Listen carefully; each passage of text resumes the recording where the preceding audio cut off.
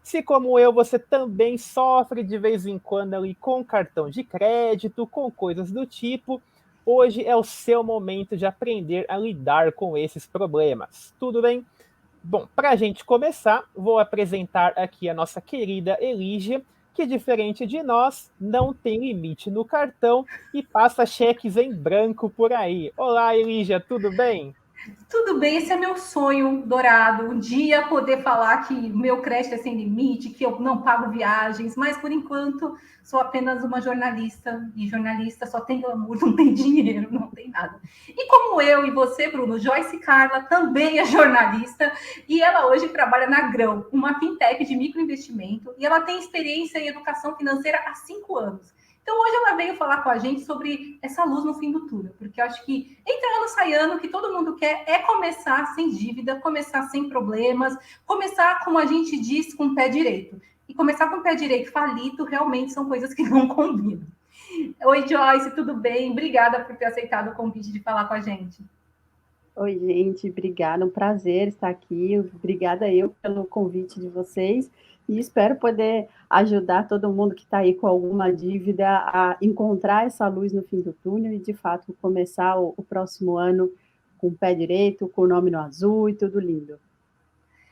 A sensação que eu tenho é que o cartão de crédito, ou até mesmo as contas a prazo no boleto, são os vilões do endividamento, aliados com uma ideia do consumismo desenfreado, do tipo, eu quero aquele celular, eu preciso daquele tênis para viver. E assim, essa ideia também de buscar compra como consolo, ai, acabou meu namoro, eu preciso comprar uma televisão para ficar feliz. Faz sentido isso? Você vê essa. É uma realidade ou é uma ideia que a gente tem que é meio que uma coisa romantizada do endividamento? Então, a gente tem alguns pontos, né? Isso até foi um pouco mais realidade, digamos assim, alguns anos atrás, mas infelizmente, com a pandemia e a crise que se sucedeu, muita gente perdendo emprego, muita gente com o contrato de emprego sendo suspenso, a gente teve uma queda muito acentuada na renda, então muitas famílias ficaram sem renda nenhuma ou com uma renda muito pequena, e aí não era tanto por uma questão de consumo ou consumismo, né? Era por necessidade básica. Então, as pessoas acabaram tendo que escolher e fazer uma escolha muito difícil entre que conta pagar e que conta deixar de pagar.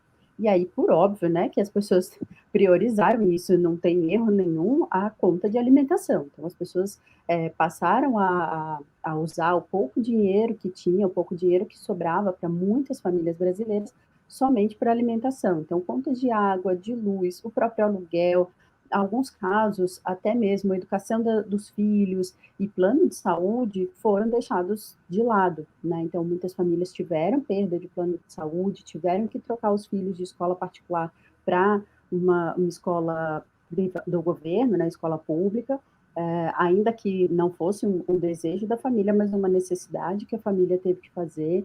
Muitos contratos de aluguel precisaram ou ser renegociados ou mesmo ter um tempo de quase que de carência, né, para retomar o pagamento, porque as famílias tiveram essa redução.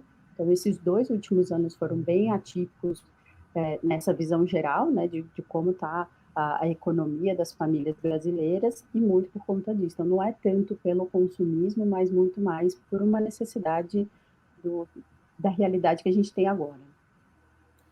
Ô Joyce, eu não sei se você também tem essa percepção, assim, eu sou relativamente novo, né, não tenho anos, assim, de consumo barra consumismo, mas eu peguei uma fase que, para você fazer compras presencialmente, dependendo do local dessa compra, você tinha que apresentar o seu holerite, você tinha que mostrar de alguma forma que você tinha uma renda, que você tinha como arcar com aquele pagamento. Hoje a gente vê uma explosão do e-commerce, tá bombando as compras online, e eu acredito que inevitavelmente isso trouxe mais facilidade para você fazer suas compras, né? Porque você pode comprar tudo em um clique. Muitas vezes o único critério é que você tenha um limite no seu cartão para que você possa efetuar o pagamento.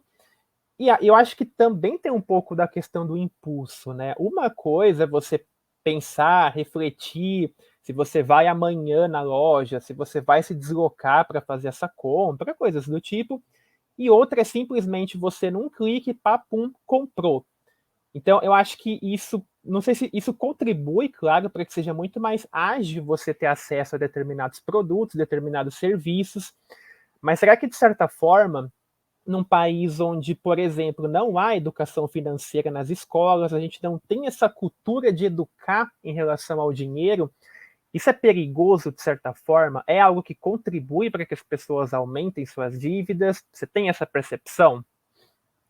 Isso é um perigo, né? É um perigo quando a gente vê que o cartão de crédito tem essa tendência a gerar o endividamento, a gerar a negativação, né? Tem uma taxa alta de juros que as pessoas acabam, quando elas não pagam a fatura inteira, acaba gerando, né, o rotativo do cartão de crédito, que tem uma taxa de juros alta. E essa facilidade, sim, torna potencialmente, né, uma geração de risco financeiro, digamos assim. Né? Então, as pessoas correm esse risco. Mas, pensando que se ela tem a condição de fazer aquele pagamento, né, se ela tem o dinheiro, o limite para fazer aquele pagamento, teoricamente, ela tem a condição de pagar aquela fatura. Né? E por que teoricamente? Porque, em geral, os bancos, as financeiras, quando vão liberar o cartão de crédito e liberar o limite, eles fazem previamente uma análise de crédito. Então, aquilo que você falou, as pessoas antes levavam o olerite, era para fazer a análise do crédito e da condição financeira da pessoa ali na hora. Hoje, essa análise ela é feita toda previamente, então por isso as pessoas têm um score de crédito. Então, elas já são pontuadas, já têm uma avaliação prévia quando elas recebem o cartão, e o limite que é dado para cada pessoa também tem como base a renda dessa pessoa.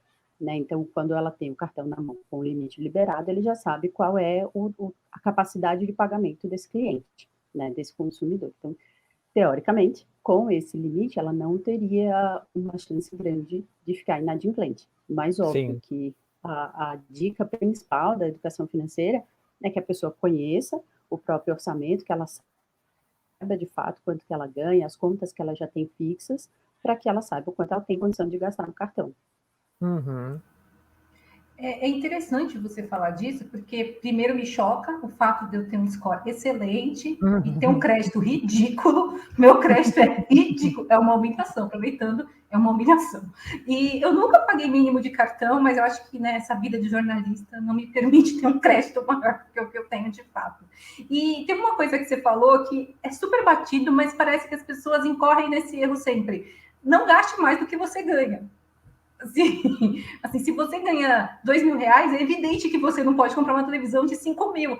Mas são parcelas pequenas. Uma vez eu li que as parcelas pequenas é que são os vilões reais, do tipo, você compra uma de 100, outra de 200, outra de 300, mas aplicativos de transporte, no final do mês seu cartão subiu e você não tem muito o que fazer em relação a isso. Então, tem outra coisa que me espanta também, é pagar o mínimo do cartão. Que eu vejo muita gente endividada com essa questão de, nossa, paguei o mínimo do cartão, e agora, o que eu faço?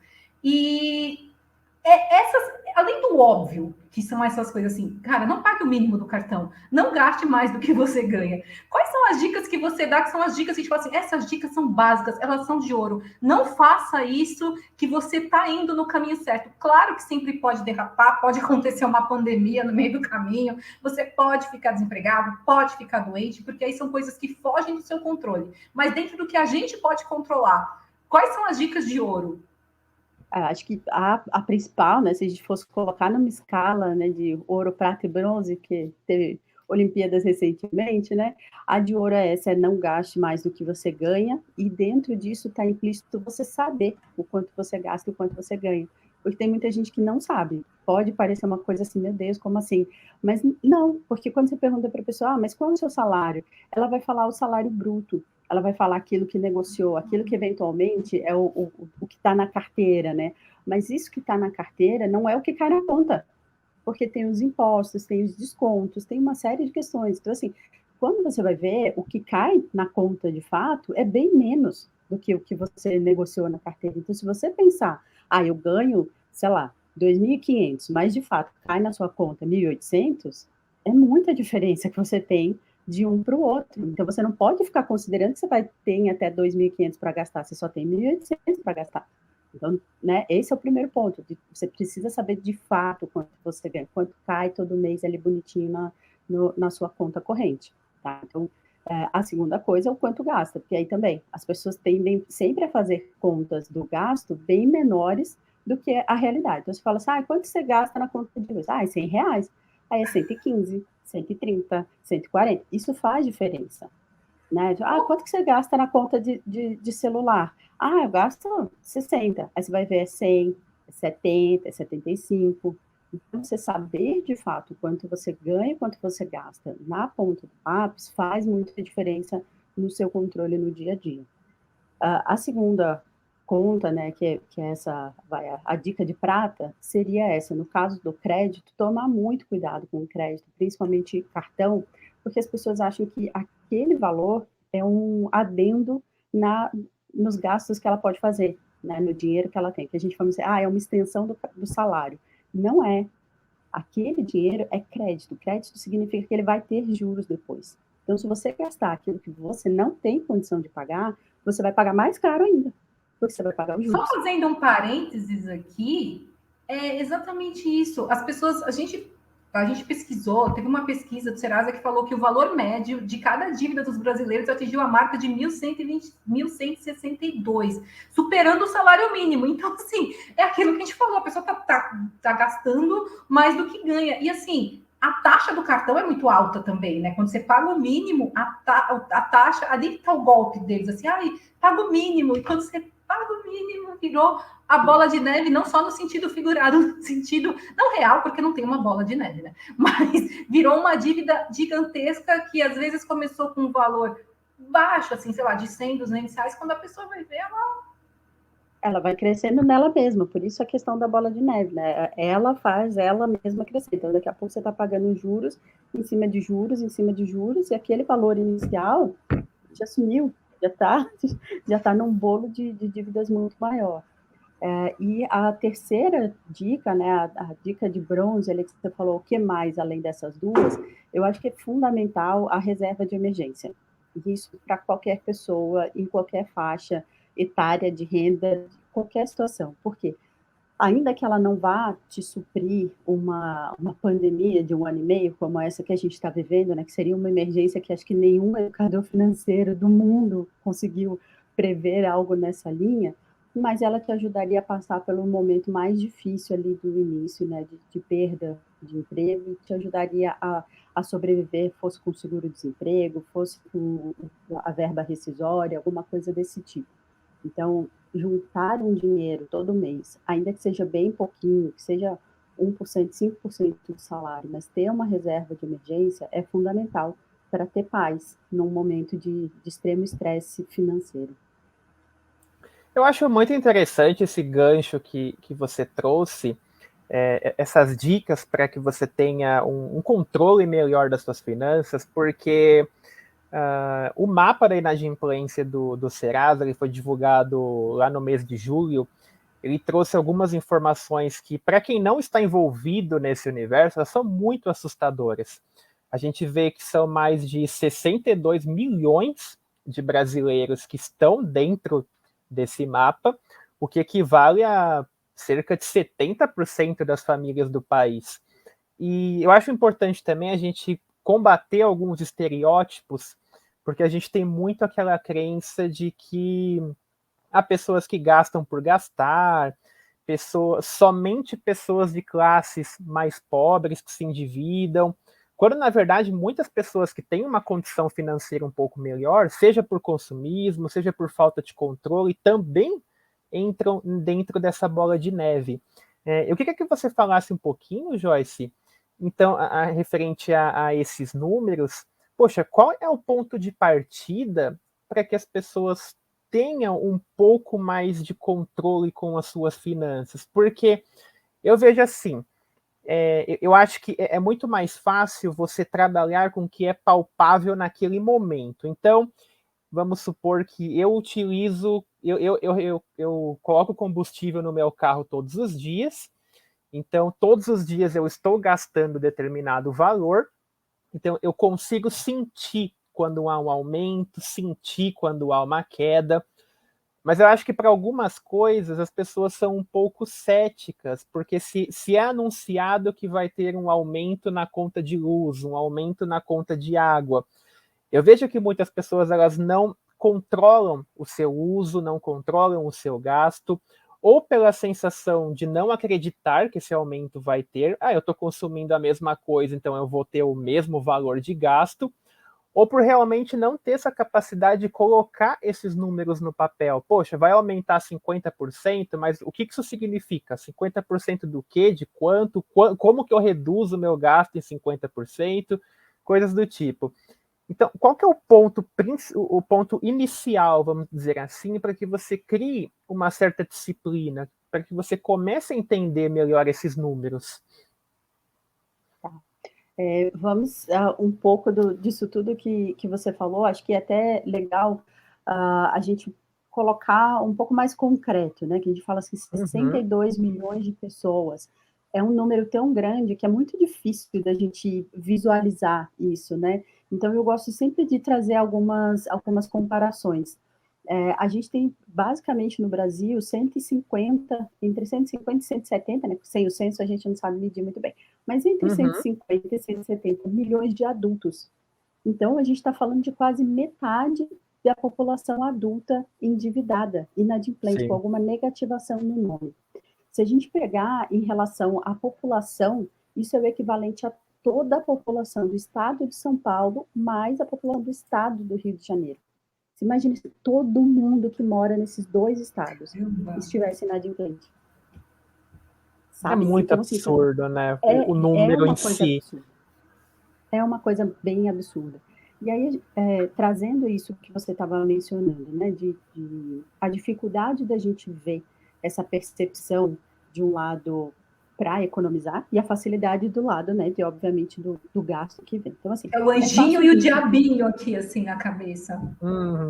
É fácil a gente ver que a conta está subindo quando a gente vê a conta de luz, né? A gente pega todas as faturas ali da conta de luz e vê que a conta está aumentando mês a mês. É fácil a gente ver que a gente vai no supermercado e a cada visita ao supermercado, seja semanal, seja mensal, tem coisas que estão mais caras. É fácil ver isso que você falou. Se você usa o carro com frequência, vê que a gasolina está mais cara. Mas aí você, por outro lado, o que eu vou fazer? Né? Muita gente conseguiu, nesse período de pandemia, a opção de ser motorista de aplicativo. O que ele vai fazer para deixar de ser motorista, deixar de ganhar dinheiro? Como que ele faz para reduzir isso? Né? Então, é óbvio, não vou dizer para a pessoa parar de dirigir, mas ela buscar caminhos de tipo, manter o carro sempre balanceado, né? Sempre com uma revisão feita para que ele gaste menos, dirigir de uma forma mais cuidadosa, para não ficar naquele acelera e para, que gasta muito combustível, esse tipo de coisa. Para todo mundo, obviamente, a questão da conta de luz, que está mais cara, vai ficar mais cara, e né, a gente já tem avisos de que isso deve permanecer por um tempo, por toda a questão climática também, né, afetando as nossas hidrelétricas. Então, assim, alguns caminhos, e parece uma coisa boba, parece pequena, mas faz diferença no fim do mês. Então, é usar mais a luz natural sempre que possível, então deixar janelas abertas, usar mais sol, menos lâmpadas dentro de casa, fazer a troca das lâmpadas por lâmpadas mais econômicas, por mais que elas sejam um pouco mais caras, mas vai trocando de pouquinho em pouquinho, porque isso faz diferença na conta. Óbvio, tentar fazer um banho mais rápido, se possível, assim que o clima estiver um pouco mais quente, né, menos frio, tomar um banho no chuveiro na posição verão ou desligado, porque isso vai fazer diferença. Vão ser 10, 20, 30 reais na conta de luz que você vai conseguir economizar, mas que pelo menos não vai crescer, né? Aquela conta que vinha numa crescente, você vai conseguir dar uma segurada. Então, e é uma forma também...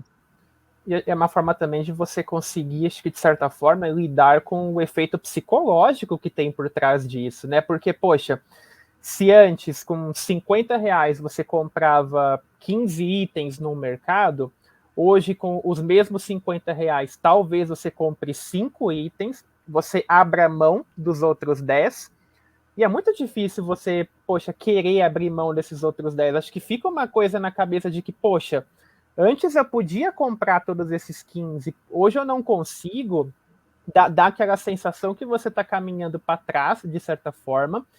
Então você vê que com pequenas ações, esse exemplo do chuveiro também, você consegue buscando um equilíbrio sem ter que reduzir tanto um padrão de vida que você está acostumado, né? Assim, são medidas que você vai ter que tomar aos pouquinhos, que de fato manter aquele mesmo conforto que tinha antes, esse conforto vai custar caro, assim, né? Com toda a inflação Sim. que a gente tem subido cada vez mais caro. Trago verdades, né? Trago verdades, vai ficar cada vez mais caro. Não é a notícia que a gente gostaria de dar, né? Não é o assunto que a gente gostaria de tratar com esse viés, mas infelizmente essa é a realidade. Não adianta a gente também tapar o sol com a peneira, né? E achar que as coisas vão ficar mais baratas, que daqui a pouco, tipo, mês que vem a gente já vai mudar para a bandeira verde da conta de energia. Não vai. Então, assim, a gente precisa entender qual é a realidade que a gente está vivendo e tentar se adaptar diante disso. É engraçado que há alguns anos aconteceu aqui em São Paulo também a crise hídrica, né? E o governador na época falava muito: ah, mas não choveu, tipo, a culpa é de São Pedro, mais ou menos nesse. A conversa era essa. E é engraçado, porque toda vez que acontece um problema climático, os políticos meio que se esquivam. É como se assim, olha, vocês vão ter que assumir a responsabilidade pela economia. E teve até uma foto clássica de. Eu vou falar porque essa foto foi pública, do Paulo Maluf na piscina, falando assim: olha, gente, olha eu aqui, mas economizem água. Parecia brincadeira, porque, cara, você está na piscina, você está brincando com a minha cara. Por mais que a gente saiba que a água da piscina não é trocada diariamente, mas parece piada, assim, economize você, mas eu tô aqui. Então, assim, dentro disso, você falou uma coisa, eu fiquei pensando aqui.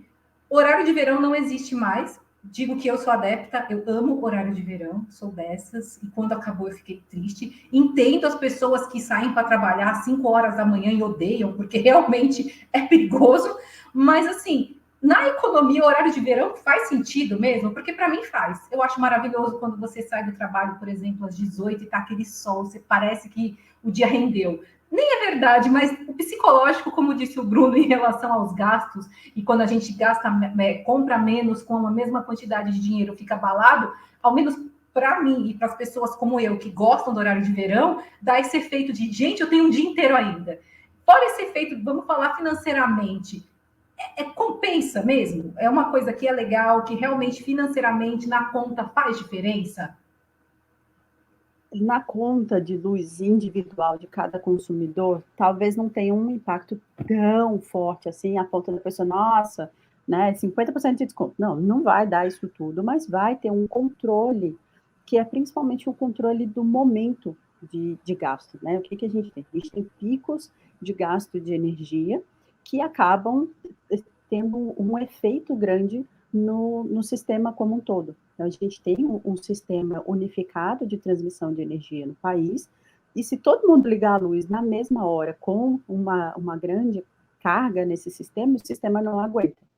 Então, é muito mais nesse sentido, o efeito nessa linha. E aí, com isso, você tem todo mundo economizando um pouquinho, você tem um grande efeito no país, né, no sistema como um todo. Então, a ideia é muito mais nesse sentido. Acho que sim, o horário de verão é importante, deveria voltar, ainda que traga também, tire um pouquinho de zona de conforto para alguns lados, tem quem ama, tem quem odeie.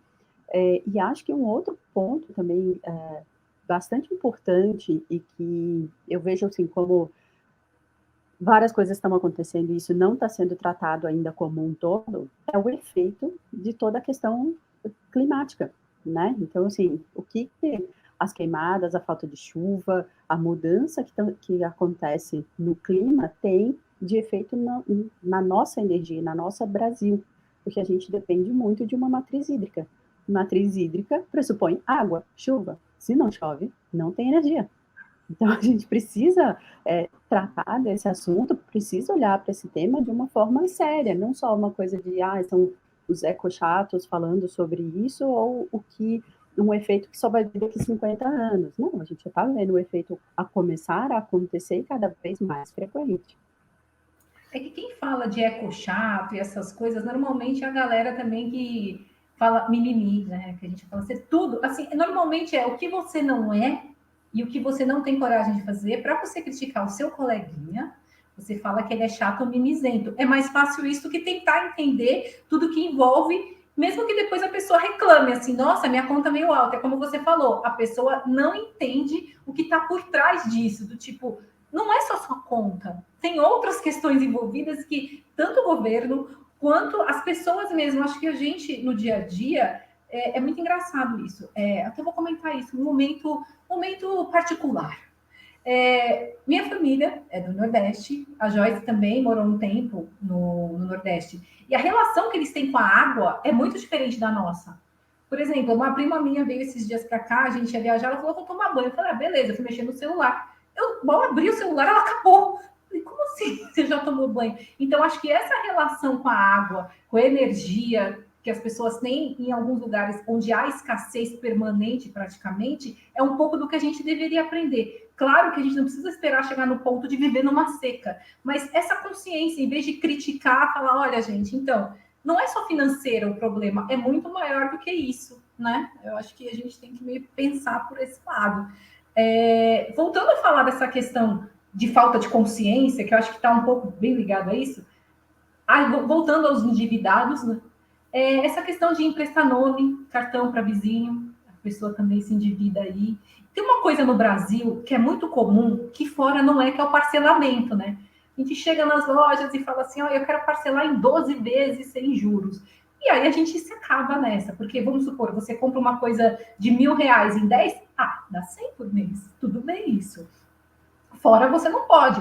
Quem vai viajar para fora achando que vai comprar mundos e fundos a prazo, não se engane, isso não vai acontecer, vai ser só decepção. Não faça isso. O máximo que você vai conseguir é virar o endividado estourando seu cartão, porque você vai se empolgar com as coisas. Fica a dica. Eu não sou a pessoa que dá a dica aqui, mas fica a dica. Então, assim, essas coisas do parcelamento, emprestar um nome, é uma coisa que para mim parece surreal, mas entra ano, sai ano, você vê as pessoas fazendo. Emprestei. E normalmente a amizade acaba quando chega a dívida, né? Assim, fulano, não vejo mais fulano não me pagou e sumiu. Isso não é lenda, isso existe mesmo, porque eu vejo relatos, mas assim, a minha bolha não pode determinar a vida. Então, assim, isso acontece mesmo, né? Sim, um levantamento da Serasa, acho que foi de que? 2019, foi o último que eu vi nessa linha. O emprestar o nome estava em terceiro lugar, como motivo de endividamento. Primeiro lugar, o desemprego, o segundo, o descontrole, e o terceiro era emprestar o nome.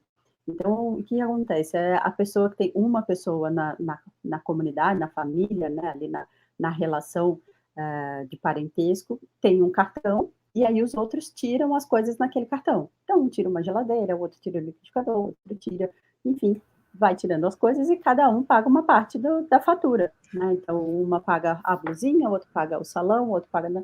E assim vai, né? Porque não necessariamente todo mundo ali tem uma possibilidade, né? Tem um score suficiente para conseguir receber um cartão, né? Para conseguir ser aprovado no cartão. Então, acaba ficando nessa situação. E aí, quando chega a fatura, vem aquela divisão, né? Você manda o zap, olha, veio a fatura, para você é tanto, para você é tanto, para você é tanto. Eventualmente, uma ou mais dessas pessoas não tem a condição de pagar aquele valor que ela gastou no cartão do outro. Cara e aí, de o pau, dono né? do cartão... O cara é de pau. Assim, eu não vou fazer julgamentos, porque eventualmente Não aquela pessoa faça. que ficou desempregado, aquela pessoa que era um autônomo, né? É a manicure que tinha comprado alguma coisa e a cliente não pagou ainda, pagou fiado, só vai pagar na semana seguinte. Então, acontece, né? Acontece nessas relações mais comunitárias, né? Financeiras, comunitárias, de você ficar na dependência do outro. E se você não tem dinheiro porque você não recebeu, você não consegue pagar o próximo, e, enfim. E aí, o que acontece? A pessoa que tem o cartão, né, que o cartão está no CPF dela, é a pessoa que vai acabar sofrendo mais. Então, porque, né, ela que vai ficar negativada, vai vir juros no mês seguinte, e aí se aquela pessoa que não pagou também não vai conseguir pagar no próximo mês, é o nome do portador do cartão, né, do dono do cartão, que vai ficar sujo. Então, por mais que às vezes doa, por mais que às vezes seja difícil, é importante, em algumas situações, na maioria delas, dizer não, né? E eu sei o quanto isso é difícil, de você dizer não para pai, para mãe, para irmão, para amigo, para prima. Às vezes as relações são muito próximas, né? São pessoas que uma depende da outra, né? E aquele é o seu papel, digamos assim, de ajudar, e não necessariamente você vai conseguir dizer não. Mas é importante fazer isso para não correr o risco de fato, cair na inadimplência, na negativação, e depois ninguém vai conseguir usar aquele cartão, porque o cartão vai ser bloqueado ou aquele saldo vai ficar travado. Mas falando não, você pode falar sim, por exemplo. Vamos supor, um exemplo, estou falando de uma pessoa que está numa situação difícil. Vamos supor que a pessoa tenha 10 mil na poupança. E aí chega um parente, tipo, próximo, uma mãe, um pai, fala, preciso comprar uma coisa de 2 mil. Nesse caso, vale a pena emprestar o nome? Porque você é parente, para não dizer não, porque caso a pessoa não pague, você tem o dinheiro. E aí você também foi muito boazinha, quando você fala, não vou julgar. Ai, gente, desculpa, eu julgo. Porque uma coisa é a pessoa ficar desempregada, ligar para o amigo e falar, cara, eu não consigo esse mês. Porque aí eu também posso estar desempregada, eu não posso assumir o seu problema. E assim, não sei se eu estou errada, na minha cabeça é isso. Se a pessoa está com o nome sujo e não tem cartão, é um bom indício para você não emprestar o seu.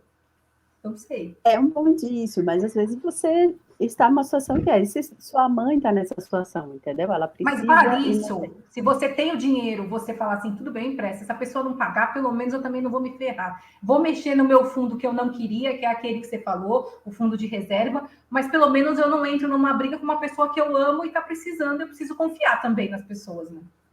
Então, aí a resposta vai depender de uma outra coisa. Você está me perguntando, vale a pena financeiramente ou vale a pena socialmente? Porque se for socialmente, para você manter aquela relação, seja de amizade, a família, para não ter crise, não ter briga, né? Muita gente, eventualmente, não vou nem dizer assim, tá com 10 mil, mas tem algum dinheirinho ali guardado na reserva financeira, eventualmente vai ser chamada até de avarenta, porque não emprestou para o outro que estava precisando. É verdade. Tem isso. Dinheiro é um tabu, dinheiro é uma situação de climão dentro das famílias, né? Então, assim, eventualmente, por uma questão social, para manter a amizade, você vai lá e empresta. Mas esteja ciente de que, em alguns casos, muitos deles vai ser o que os economistas chamam de a fundo perdido. Quer dizer, esse dinheiro não vai voltar. Se você vai ter que arcar. Então, não é um empréstimo, é uma doação. Você está dando aquilo para aquela pessoa. Você não está emprestando porque esse dinheiro provavelmente não vai voltar. Desapega, galera. É isso aí. E acho que assim, tem outros caminhos, outras formas de ajudar mais a pessoa nessa linha. Então, assim, ajudar por exemplo, vamos juntar pelo menos 2, 3 meses antes de fato fazer uma compra, se é uma compra que não é emergencial, né? Não é uma coisa tipo, sei lá, quebrou a geladeira, precisa consertar.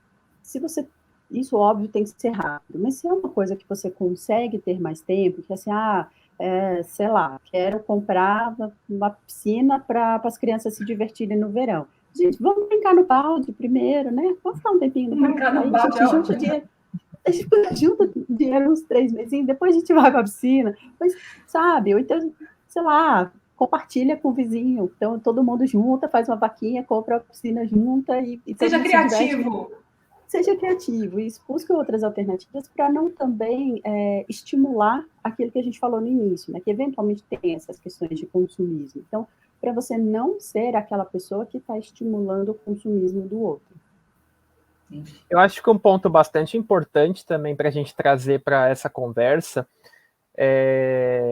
a gente vê pesquisas dos anos anteriores que mostram que mesmo sem a pandemia, esses índices de endividamento, eles já são altos, eles já atingem uma parcela muito alta da população, e a pandemia, somada à crise econômica, trouxeram um boom ainda maior para isso, um cenário ainda mais complexo, e eu acho que é um momento também onde as pessoas podem estar mais propensas a cair em armadilhas, né, Joyce? Porque hoje uma coisa que a gente vê muito se proliferando por aí, por exemplo, são aqueles famosos esquemas, né, de pirâmide, esquemas de investimento, onde as pessoas, é garantido que se você der R$ 1.000, você vai recuperar 2.000, 3.000. E, poxa, quando você pega um cenário de crise, um cenário em que as pessoas estão financeiramente e psicologicamente impactadas, esse segredo essa promessa do dinheiro fácil, é muito fácil, de certa forma, a pessoa mergulhar nisso. Então, poxa, você tem ali R$ 1.000 para pagar uma dívida, e aí, eu vou segurar um pouquinho essa dívida aqui, porque se eu investir nisso daqui 2 meses eu tenho R$ 3.000, eu pago a dívida e ainda me sobra 2.000. E quando a pessoa vai ver, ela não vai conseguir nem pagar a dívida e não tem mais nenhuma reserva, porque foi tudo para essas armadilhas. Eu queria que você falasse um pouquinho, então, sobre o alerta, sobre o cuidado para que as pessoas, mesmo nesse momento tão complicado, nesse momento de crise, para que elas consigam fazer uma avaliação mais precisa sobre essas promessas, sobre esses vídeos que circulam tanto em redes sociais, em YouTube, que garantem o dinheiro, né? Não é uma coisa você dá 1.000 e talvez você vai ter 2.000. A promessa é que você vai dar os 1.000 e você vai ter os 2.000. Então, eu queria que você falasse um pouquinho sobre essas novas armadilhas, né? Vamos dizer assim. Sim, eu acho que essas armadilhas elas precisam, né, elas se espelham nas pessoas que têm mais necessidade. Então, quanto mais a pessoa quer que aquilo seja verdade, ela precisa que aquilo de fato aconteça, ela precisa daquele dinheiro rápido, mais ela tem chance de crescer, de prosperar. Né? Então, o que acontece? A pessoa entender que assim, o dinheiro não cai do céu. As coisas não são fáceis assim. E se ela tem uma proposta dessa com uma grande rentabilidade, nossa, você me dá 1.000 que no mês que vem você vai ter 2.000, isso não existe. Isso é mentira. Está claro que é mentira. Ter 1% ao mês já é uma coisa que é muito difícil de você conseguir no mercado tradicional, ainda que seja na Bolsa de Valores, ainda que seja com investimentos de renda variável. Né? O que acontece? A pessoa saber que isso é difícil pressupõe que ela precisa saber também que o risco, né, é alto. Então, se ela está esperando uma rentabilidade alta, o risco também vai ser alto. Então, o risco significa o quê? Você pode não ter nada no mês que vem. Aqueles R$ 1.000 que você colocou podem se transformar em R$ 500, pode se transformar em R$ 200, pode se transformar em zero. Então, assim, saber que isso é um risco, que não necessariamente é um golpe, mas os golpes se baseiam nisso, se baseiam nessa vontade que a pessoa tem que aquilo aconteça. Então, a primeira coisa é duvide de absolutamente tudo. Mesmo que seja, é meu primo que está falando, é meu vizinho que sabe muito, ele é estudado, ele trabalha na Faria Lima, isso acontece. Cara, duvida, é o seu dia. Pensa no seguinte, primeiro passo, pensa no quanto você suou para ter esse dinheiro. Se esse dinheiro desaparecer no mês que vem, como você vai se sentir? Se você vai sentir mal, se você vai ter desespero, se você vai ter taquicardia, não põe no negócio que você não sabe o que vai acontecer no mês que vem. Se ele vai sumir ou não. Porque ele pode sumir. E acho que é uma linha de pensamento também que, poxa, se é tão fácil assim, todo mundo iria por esse caminho, né? Se eu tivesse essa garantia de que meu dinheiro vai ser dobrado a cada valor que eu invisto, a Elige estaria apresentando aqui sozinha esse podcast, né? Eu estaria bem bonito viajando. Eu estaria provavelmente em Dubai, ou lugar semelhante, e muitas pessoas iriam por esse mesmo caminho, né? Pelo menos na minha cabeça, é como se você estiver falando em imprimir dinheiro e sair distribuindo, né? Tamanha facilidade que são essas promessas, né? E eu reforço, né, que nesse momento de fragilidade emocional, um momento tão complicado, um momento que suspensão de contrato, redução de salário, desemprego latente, por mais que a realidade esteja complicada, essa promessa da facilidade tem tudo para tornar esse cenário ainda mais difícil, né? A gente entende o desespero, mas infelizmente também a gente tem que alertar, como você estava falando, que é mentira, né? Não é uma solução que vai cair do céu na sua vida, né? Não tem almoço grátis, né? Exato, e mesmo aquelas coisas que várias vezes, nossa, a internet ficou inundada dos traders que, eu vou fazer aqui uma negociação para pagar o café, eu vou fazer uma negociação para pagar minha barca de sushi aqui. Isso é mentira. É 90% das mentira! pessoas que Gente, é fazem day mentira! trade perdem. É mentira, não tem outro nome, mentira. O cara Mentira. perde, tem prejuízo, ele perde dinheiro, ele põe e tira menos do que aquilo que ele colocou de início. Assim, se você não quer perder o seu dinheiro, não faça isso. E se você quiser, existe caminhos para você fazer investimentos de renda variável que são seguros, que são regulamentados, seja pelo Banco Central, pela CVM, pela B3, que é a Bolsa de Valores, e que você tem que entender os riscos que você está trabalhando, com que você está administrando. Que você pode cair, mas que você precisa acompanhar. Que não é assim, eu vou colocar meu dinheiro daqui 2 anos eu vejo o que aconteceu. Não, você tem que acompanhar, você tem que estudar. Não é assim, meu amigo disse, põe aqui o dinheiro, me dá aqui, faz um Pix para mim de 10 mil reais, que no mês que vem eu te dou R$1.000. Não. E é É o engraçado que toda contrato, é a vez... garantia. Não, é engraçado, toda vez que eu vejo pirâmide financeira, só vem na minha cabeça aqueles golpes de 30, 40, 50 anos atrás, ou até mais, do bilhete premiado. Assim, eu tenho um bilhete, porque, cara, dinheiro é tão difícil de ganhar, pelo menos para a maioria das pessoas comuns, né? Talvez para quem tenha nascido milionário, não sei, porque nunca fui uma, talvez um dia, quem sabe, mas pelo menos para mim sempre foi muito complicado. Então eu acho que essa questão, e isso que você falou é uma coisa interessante. Dá para você fazer investimentos seguros, só que você precisa estudar o que tem a ver com o seu perfil e ir em busca disso. Não adianta você falar, nossa, eu vou investir hoje na bolsa. Como você vai fazer? Não sei, eu vi na televisão. Não, estuda. Eu acho que dá para usar a internet como uma boa fonte. Tem vídeos interessantes. Acho que nas próprias páginas das financeiras tem explicações de acordo com o perfil de cada um.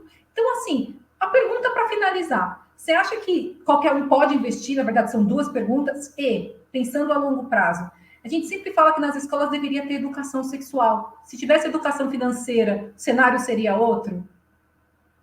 Acho que a primeira é simples, assim, não só pode, como deve, todo mundo deve investir, e investimento é do mais simples, sabe? De ter o que eu falei, a reserva de emergência, uma coisa simples, segura. Tem muito conteúdo gratuito de qualidade nas redes sociais, no YouTube, então tem muita coisa, seja das próprias corretoras, seja de educadores financeiros que têm um trabalho fenomenal com relação a isso, com conteúdo de qualidade, tem cursos sobre isso em várias plataformas, então, assim, vai atrás, tem muita coisa, é só procurar direitinho, não acreditar nessas receitas fáceis. A segunda, que você falou da educação financeira nas escolas, graças ao bom Deus, nos últimos anos teve uma reforma no currículo base e tem educação financeira, mas eu acredito que ainda é um processo, por quê? Porque os professores, para passarem isso, desculpa, gente, mas os professores, para passarem educação financeira, precisam se sentir confiantes de que eles sabem também.